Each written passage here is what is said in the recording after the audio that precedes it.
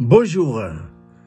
L'évangile de Matthieu, chapitre 16, verset 18.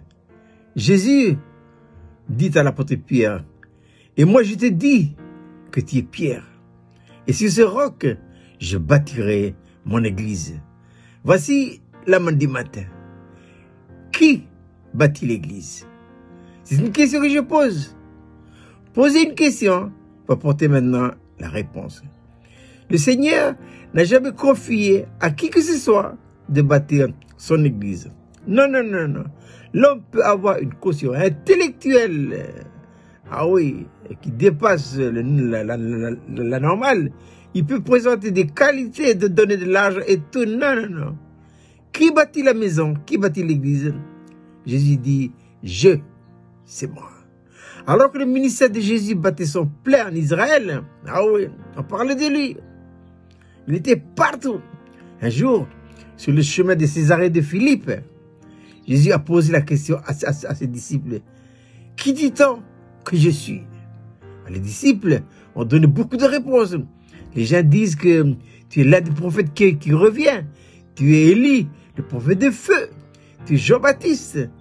Ils ont dit beaucoup de choses, mais personne n'a donné la bonne réponse. Alors, l'apôtre Pierre, ayant fixé les regards sur Jésus, reçut cette lumière. L'apôtre Pierre a dit à Jésus, mais tu es le Christ, le Fils du Dieu vivant. Et voilà que Jésus donne la main du matin. Il dit, tu es Pierre sur ce roc. Ça veut dire que c'est sur la base de la révélation. Tu es Pierre sur ce roc. Je bâtirai mon église. C'est Jésus lui-même qui bâtit l'église. Voilà. L'élément numéro 1, l'unique pour bâtir l'église, c'est la vie. Quelle vie? La vie de Dieu. Le jour de notre nouvelle naissance, le Saint-Esprit a introduit en nous la vie de Dieu. Et c'est pour que cette vie devienne le matériel, l'unique, le principal pour bâtir la maison de Dieu. Bâtir, ça a le sens d'élever une construction. Mais l'élévation de cette maison de Dieu envoyée en moi ne se fait que sur la base de quoi? De la vie de Dieu. C'est pas elle. Voilà. Donc, si nous ne possédons pas la vie de Dieu, on ne peut pas bâtir la maison. C'est impossible. Maintenant, il faut la vie. Et ensuite, après la vie, c'est quoi? Il faut la révélation. C'est pas suffisant d'avoir la vie. Il faut encore la révélation. Et qu'est-ce que la révélation? Eh bien, la révélation, c'est connaître quelque chose de Dieu. Où ça? Dans l'intuition de notre esprit.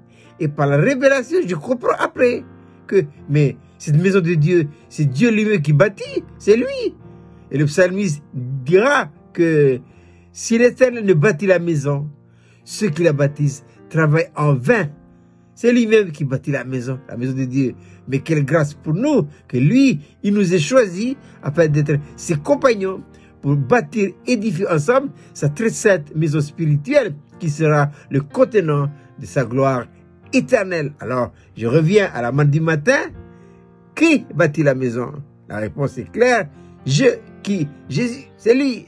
Donc, si vous possédez déjà le je, c'est bien. C'est la base, ça. Mais si vous ne le possédez pas encore, eh bien, il est petit temps maintenant d'ouvrir votre cœur et de laisser entrer Jésus. C'est ça la nouvelle naissance. En fait, la nouvelle naissance, c'est capital, parce que c'est par elle que la vie rentre et les travaux débutent. Donc, le Saint-Esprit, qui a introduit les jeunes de Dieu en nous, travaille à la constitution de cette maison de Père avec la croix. Qu'est-ce que la croix? La croix, c'est un principe de vie qui donne à Dieu tous les droits absolus et la possibilité de vivre sa vie en nous pour pouvoir construire, édifier la maison de Dieu. Je vous souhaite de passer une agréable journée.